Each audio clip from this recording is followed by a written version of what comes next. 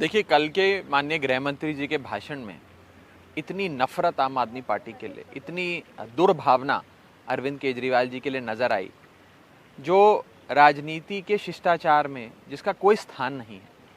और मुझे लगता है इतने बड़े पद पे बैठे शख्स को, जो एक बार कभी सरदार वल्लभ भाई पटेल उस पद पे बैठे थे, उस पद पे बैठे किसी शख्स को इस प्रकार की भाषा का इस्तेमाल शोभा नहीं देता। लेकिन उन्होंने जो भी बातें कही उसमें मोटे मोटे तौर पे उनकी बातों में एक स्वीकृति थी, एक एक्सेप्टेंस थी कि 2015 तक दिल्ली में सब कुछ ठीक था। 2015 के बाद दिल्ली सरकार से सारी शक्तियां छीनने के कानून बनाने की आवश्यकता आन पड़ी। तो ऐसा क्या हो गया 2015 में?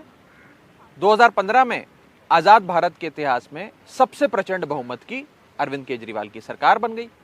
अरविंद केजरीवाल जी की सरकार बनी तो बीजेपी की राजनीति दिल्ली से खत्म हो गई, बीजेपी का सुपड़ा साफ हो गया, बीजेपी के नेता पॉलिटिकली अनएम्प्लॉयड हो गए, राजनीतिक तौर पर बेरोजगार हो गए। तो फिर ये योजना भाजपा ने बनाई कि दिल्ली की सरकार को ध्वस्त कर दो, निरस्त कर दो, या कभी भाजपा की सरकार तो बन नहीं पाएगी, तो सरकार ही खत्म कर दो। इस उद्देश्य के साथ उन्होंने ये कानून बनाया और इसे खुद सदन के पटल पे गृह मंत्री जी ने प्रत्यक्ष रूप से नहीं तो अप्रत्यक्ष रूप से स्वीकारा और 2015 के बाद की गतिविधियों का हवाला देते हुए कहा कि हम अरविंद केजरीवाल की सरकार बनने के बाद ही ये शक्तियां छीनने वाला कानून लाए।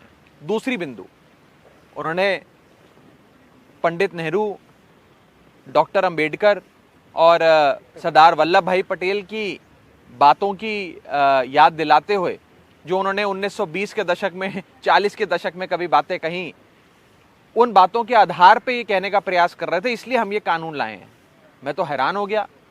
वो भाजपा जो रोज पानी पी पी कर पंडित नेहरू को गालियां देती है, उनके बारे में न जाने क्या क्या दुष्प्रचार फैलाती है, वो आज नेहरूवादी हो गई। गृह मंत्री अमित शाह जी नेहरूवादी हो गए, उन्हें नेहरू जी की याद आने लगी। मैं गृह मंत्री जी को और भाजपा को कहना चाहता हूं, नेहरूवादी ना होइए, आप अडवाणीवादी हो जाइए, आप अटल बिहारी वाजपेयी वादी हो जाइए, क्योंकि ये वाजपेयी जी और अडवाणी जी 77 से लेकर 2015 तक लगभग 40 साल संघर्ष करते रहे कि दिल्ली को पूर्ण राज्य का दर्जा मिले, दिल्ली में एक अपनी राज्य की शक्तिशाली सरकार हो जिसके पास सारी शक्तियां हो। इसके लिए तो अडवाणी जी और वाजपेयी जी लड़ते रहे। तो मेरा भाजपा के लोगों से हाथ जोड़कर निवेदन है, नेहरूवादी मत बनो, अंबेडकरवादी मत बनो, वो तुम बन नहीं पाओगे। तुम अडवाणीवादी बन जाओ, वाजपेयीवादी बन जाओ और उनकी जो बातें हैं उन पे अमल करो। दिल्ली को पूर्ण राज्य का दर्जा दो, दिल्ली से सारी शक्तियां छीनो मत। और 1977 से लेकर 2015 तक दिल्ली के अपने हर चुनावी मैनिफेस्टो में बीजेपी ने कहा हम दिल्ली को पूर्ण राज्य का दर्जा देंगे। अपनी राष्ट्रीय कार्यकारिणी की बैठकों में रेजोल्यूशन पास करके, प्रस्ताव पारित कर ये कहा कि हम दिल्ली को पूर्ण राज्य का दर्जा देंगे। यहां तक कि इनके बहुत ही सीनियर नेता, जिनको अब इन लोगों ने मार्गदर्शक मंडल में स्थान दे दिया है, लाल कृष्ण आडवाणी साहब, वो जब देश के उप प्रधानमंत्री थे, डिप्टी प्राइम मिनिस्टर थे, तब वो दिल्ली को पूर्ण राज्य का दर्जा देने के लिए एक bill, Delhi statute bill 2003 parliament में भी लाए थे।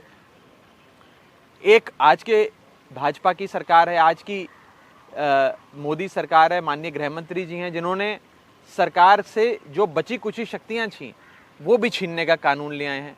तो एक तरफ वाजपेयी जी और अडवाणी जी की भाजपा थी, एक तरफ मोदी जी, अमित शाह जी की भाजपा है। लोग देख रहे हैं और लोग भाजपा का दोहरा चरित्र भी देख रहे हैं। इसके बाद लगातार इस पर प्रतिक्रिया आई। आपके नेता अरविंद केजरीवाल ने भी कहा कि एक तरह से उनके मन में इंडिया अलायंस के प्रति दुर्भावना थी, वो सब व्यक्त हुई। गृह मंत्री ने भी इसे लेकर कांग्रेस पार्टी को सचेत किया कि आज आप लोग इनका सपोर्ट कर रहे हैं, लेकिन जब बिल पास होगा तो सबसे पहले इंडिया ब्लॉक को छोड़कर यही भागेंगे। देखिए, जब से इंडिया ब्लॉक का गठन हुआ और उसका नाम सामने आया है, बीजेपी लगातार इंडिया ब्लॉक में दरार डालने की कोशिश कर रही है। कभी हमारे नाम को लेकर विवादित और अपमानजनक बयान देती है, हमारे इंडिया शब्द को कभी किसी आतंकवादी संगठन से जोड़ के दिखाने का प्रयास करती है, कभी अंग्रेज़ों की लुटेरी कंपनी ईस्ट इंडिया से जोड़ देती है। मैं भारतीय जनता पार्टी वालों को कहना चाहूँगा, हमारे बीच दरार डालने का काम मत करो। हमारा गठबंधन अटूट है, हम सब साथ हैं और हम लोग साथ विचारधाराओं को और मतभेदों को, मनभेदों को और महत्वाकांक्षाओं को एक प्रकार से पीछे करके राष्ट्र हित में साथ आए हैं कि देश को बचाना है, देश को बेरोजगारी से, महंगाई से बचाना है। और देश को बचाने के लिए जैसे 77 के दशक में एक जनता पार्टी के बैनर के तहत जनसंघी और वामपंथी, कम्युनिस्ट और सोशलिस्ट सारी विचारधारा के लोग साथ आए थे, उससे भी ज्यादा शक्तिशाली, मजबूत और अटूट गठबंधन 2023-24 के चुनाव के लिए ये इंडिया ब्लॉक बना। लेकिन गृह मंत्री के अनुसार इसके बावजूद प्रधानमंत्री मोदी तीसरी बार चुनकर आएंगे और नरेंद्र मोदी प्रधानमंत्री बनेंगे। देखिए, ये तो जमहूरियत में जनता फैसला लेती है। मुझे लगता है कि जिस शख्स को ये बार बार और जिस पार्टी को ये बार बार बोलने की आवश्यकता पड़ रही हो कि हमारी सरकार बन जाएगी 2024 में, हमारी सरकार बन जाएगी 2024 में, वो अवश्य ये छुपाना चाहती है कि उनकी क्या कमजोरियां हैं, देश में कितना गुस्सा है इन लोगों को लेकर। देश का युवा पूछ रहा है कि हर साल 2 करोड़ नौकरियों का वादा आपने किया था, वो कहाँ गए? हर शख्स के बैंक अकाउंट में 15 लाख रुपए डालने का वादा किया था, वो कहाँ गया? सामाजिक कल्याण का वादा किया था, वो कहाँ गया? देश में अमन, प्यार, शांति, भाईचारे का वादा किया था, वो कहाँ गया? और बुनियादी चीजें, बिजली, पानी, शिक्षा, स्वास्थ्य छोड़ दीजिए, हमारे देश में कम से कम कानून व्यवस्था तो ठीक ठाक थी।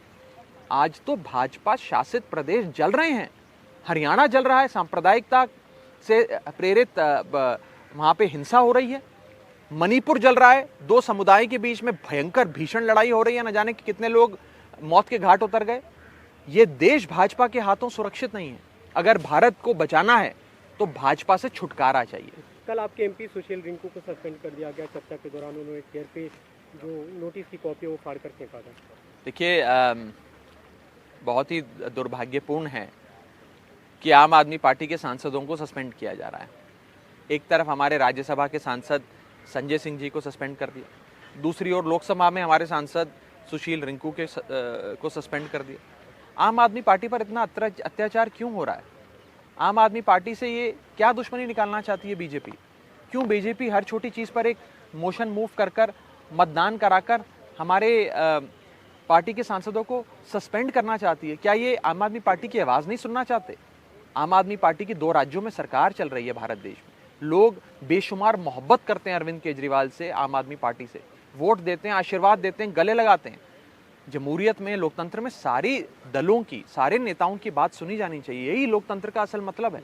लेकिन अगर आप लोकसभा और राज्यसभा से एक एक कर आम आदमी पार्टी के सांसदों को सस्पेंड कर देंगे, निलंबित कर देंगे, तो फिर ये सही मायने में लोकतंत्र नहीं बचेगा। ये समझ में आ जाएगा लोगों को कि भारतीय जनता पार्टी अपनी पॉइंट ऑफ व्यू के विपरीत जाने वाले किसी भी पॉइंट ऑफ व्यू की आवाज उठने नहीं देना चाहती। आपके खिलाफ भी प्रिविलेज का मोशन, जो नोटिस है वो एक्सेप्ट कर लिया गया, उसे प्रिविलेज कमेटी को भेजा गया। आपका और डेरेको ब्रांड का नाम उसमें। देखिए, मैं उस विषय में कोई बहुत लंबी विस्तार से चर्चा नहीं करूंगा, क्योंकि प्रिविलेज की कार्रवाई भारतीय जनता पार्टी के कुछ सांसदों के कंप्लेंट के माध्यम से